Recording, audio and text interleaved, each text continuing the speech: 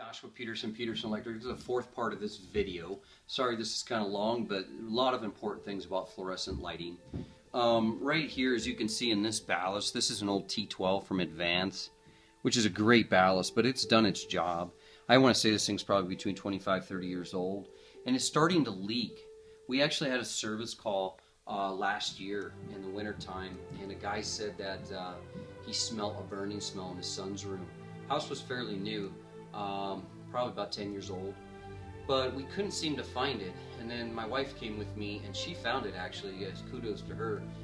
We found a ballast up in the snake cage, and it was there to heat up the snake, the heat lamp.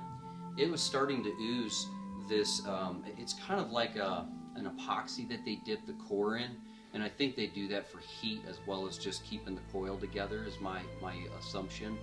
But this started to drip out because of age and right onto the wood chips, and that would have caught the wood chips on fire, because when I put my temperature meter on it that night, I was reading 300 degrees, and that easily could have caught that snake cage on fire, cooked the snake. More than anything, then it could have melted the plastic housing that held it and fell through, and then caused a fire right on the wall, because that snake cage was on the back of that drywall. So it was a little tricky to find. We couldn't quite duplicate the issue because it had been like 12 hours later that we came out there. So keep in mind, guys, even ballast, these things can have an issue. And if you start smelling a vacuum, like a vacuum cleaner's belt burning, like rubber, or a smell of plastic burning, you definitely want to find a way quickly to disconnect that.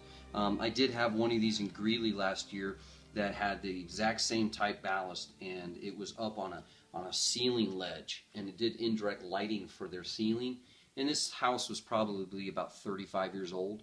But it got so bad that it smoked that the fire department came, and the whole entire house in that area was filled with white smoke. And they couldn't quite pinpoint it either, but they finally did and turned off the breaker. When I got out there, this what I would call a lava material just was pouring out of it into the fixture. So it was really good that this was in the fixture, so that metal cabinet would catch this material, and we had to gut it out and put in new lighting. Anyways, guys, thanks for joining us. We'll see you next week.